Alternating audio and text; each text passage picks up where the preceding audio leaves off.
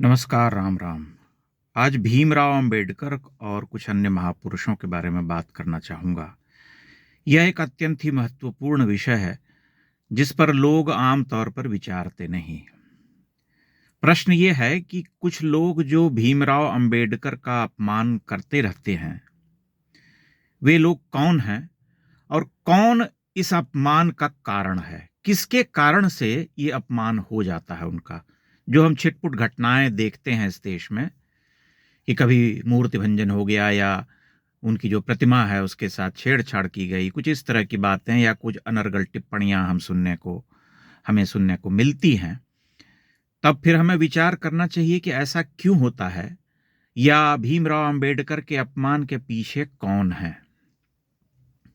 आप अगर ध्यान से देखेंगे, थोड़ी गंभीरता से विचार करेंगे, तो आपको अनुभव होगा कि इसका कारण नव अंबेडकरवादी हैं, जिन्होंने प्रतिक्रियावाद में आकर के संपूर्ण सनातनी सभ्यता, संस्कृति, रीति नीति, परंपरा, देवी देवताओं के महात्म्य को गरियाते हुए, उसे नीचा दिखाते हुए श्रीमान भीमराव अंबेडकर को भारत का आदि पुरुष घोषित कर दिया है।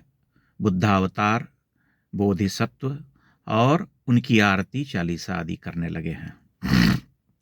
आप उन्हें देखिए, हर सनातनी त्योहार पर वे उनकी फोटो लगाते हैं, उस पर माला चढ़ाते हैं, पूजा अर्चना करते हैं, आरती लिखते हैं, भजन गाते हैं और कहते हैं कि हम इनको ही मानते हैं, तुम्हारे देवी देवता तो सब ऐसे ही नीच थे, खत्म थे, नष्ट थे।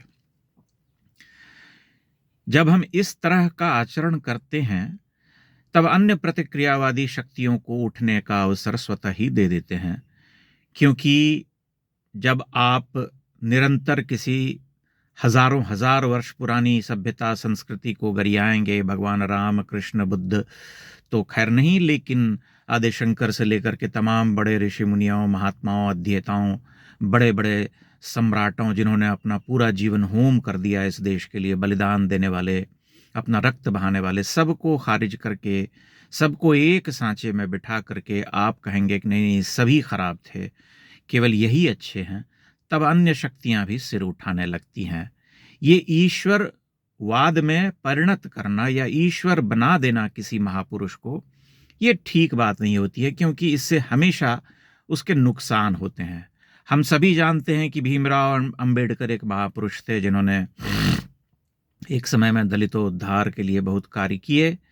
भारत के संविधान के निर्माण में उनकी बड़ी महती भूमिका रही, अनेक पुस्तकें लिखी और वे हमेशा अपने योगदान के लिए याद किए जाएंगे। लेकिन जैसे ही हम प्रतिक्रियावाद में आकर के उन्हें ईश्वर बनाने लगते हैं और कुछ ऐसा ईश्वर बनाते हैं कि उनके आगे किसी और की कोई सत्ता रह नहीं जाती, तब प्रतिक्रियावादी शक्तियां जो हैं विरोध में सिर उठाने लगती हैं। इसका दूसरा ज्वलंत उदाहरण गांधी है।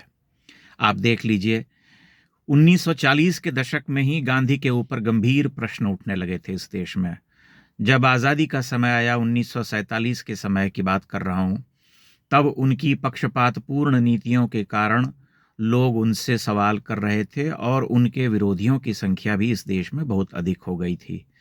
फिर 1948 में जब उनका वध हुआ, तब स्थितियां बदल गईं और एक व्यक्ति को हत्यारा सिद्ध करते हुए गांधी को ईश्वरीय आभा से मंडित कर दिया कांग्रेस ने, और यह सिद्ध कर दिया कि यह देश गांधी का देश है, वे राष्ट्रपिता हैं, उनके आगे पीछे कोई नहीं है। भगवान राम, कृष्ण से लेकर के तमाम जितने महान तपस्वी और ज्ञानी सिद्धात्मा इस देश में हुए, उन सबको खारिज करते हुए गांधी को प्रतिष्ठित कर दिया।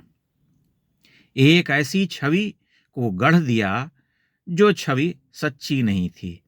फिर क्या हुआ? फिर धीरे धीरे धीरे धीरे समय बदला और लोगों ने गांधी के चरित्र को खंगालना शुरू किया।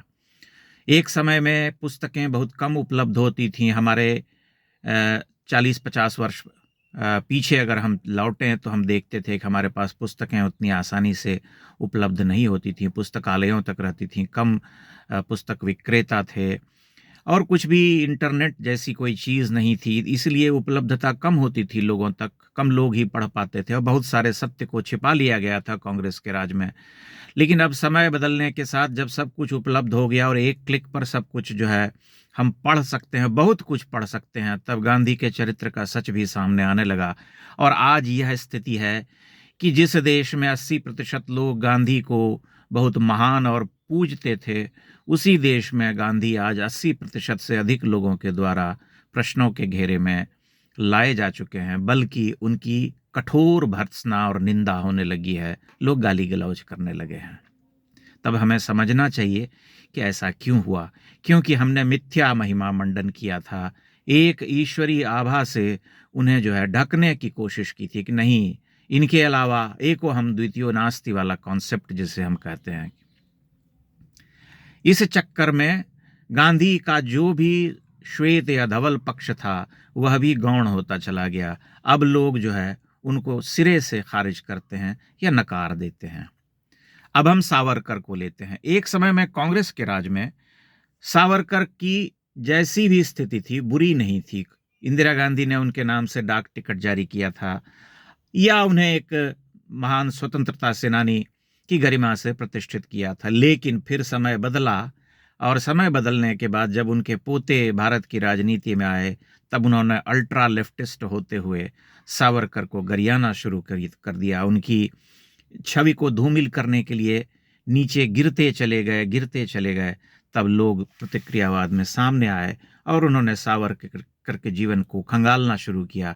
मोटी मोटी पुस्तकें लिख करके 100 उदाहरण बताया कि 11 वर्ष काला पानी का कारावास भोगा और इतनी यातनाएं झेली। अब बताइए, आपके परिवार में आपके दादा नाना परदादा नाना जो भी थे, उन्होंने क्या किया? क्या उन्होंने इतनी यातनाएं झेली थी, इतना कष्ट सहा था? बीजेपी ने सावरकर को उठाने के लिए बहुत प्रयास किए। जो भूले बिसरे नायक थे उन्हें सामने लाने के प्रयास किए, जो कि होना चाहिए था। और इस सत्य से भी हम इनकार नहीं कर सकते कि भीमराव अंबेडकर के महापुरुषत्व को पुनर्स्थापित करने का काम भी भाजपा और आरएसएस ने किया है। उससे पहले उन्हें उपेक्षित रखा गया था, जैसे सरदार वल्लभ भाई पटेल को उपेक्षित रखा गया था, जैसे राजगोपालाचारी को उपेक्षित रखा गया था, जैसे महान से महान क्रांतिकारियों को, बलिदानियों को उपेक्षित रखा गया था। उसी तरह से भीमराव अंबेडकर के साथ भी न्याय नहीं हुआ था, क्योंकि तब यह देश केवल गांधी, नेहरू और उनके खानदान के जो वारिस थे उनका था। लेकिन हमें हमेशा तटस्थता से सोचना होता है, अपनी बुद्धि को, अपने विवेक को कभी भी भटकने नहीं देना होता है। किसी को अनावश्यक महिमा मंडित करते हुए जब हम ईश्वर बनाने का प्रयास करते हैं, तब स्थितियां विपरीत हो जाती हैं और लोग जो है विरोध में सामने आने लगते हैं। सब कुछ जो है खटास से भर जाता है और लोग आपस में एक दूसरे से उलझ जाते हैं। दोनों एक पक्ष एक दूसरे को गाली देने लगते हैं। कोई सम्यक आलोचना या समालोचन नहीं हो पाता है, क्योंकि या तो तब हम एक धड़े के साथ खड़े होते हैं या दूसरे धड़े के साथ खड़े होते हैं। उसमें कुछ भी मध्यस्थता जैसी स्थिति नहीं होती, कुछ भी बीच का नहीं होता, कुछ भी जो जिसे हम कहते हैं कि निष्पक्ष नहीं हो पाता है। तब अब सिर्फ गाली गलौज रह जाता है। एक पक्ष दूसरे को गाली देता है, दूसरा पक्ष उससे गाली देता है।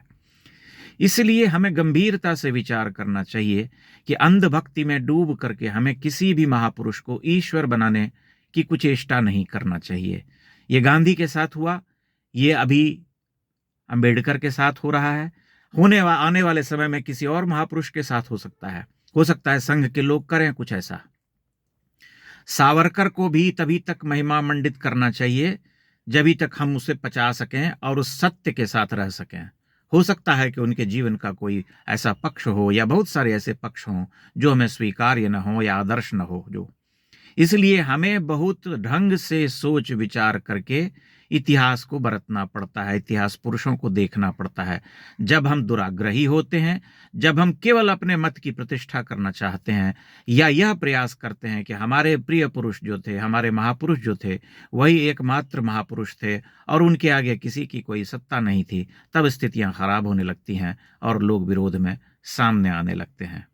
मैं भीमराव अंबेडकर के प्रति अपनी आदर भावना को प्रकट करते हुए, उनकी महत्ता को रेखांकित करते हुए, उनके द्वारा किए गए कार्यों का सम्मान करते हुए सभी लोगों से यह आग्रह करना चाहूँगा कि वे स्वस्थ मन से इस पक्ष पर विचार करें कि क्या इस तरह से उन्हें महिमा मंडित करके संपूर्ण सनातनी सभ्यता संस्कृति को गाली देना ठीक है, और अगर ठीक है तो क्यों है ऐसा। बहुत बहुत धन्यवाद।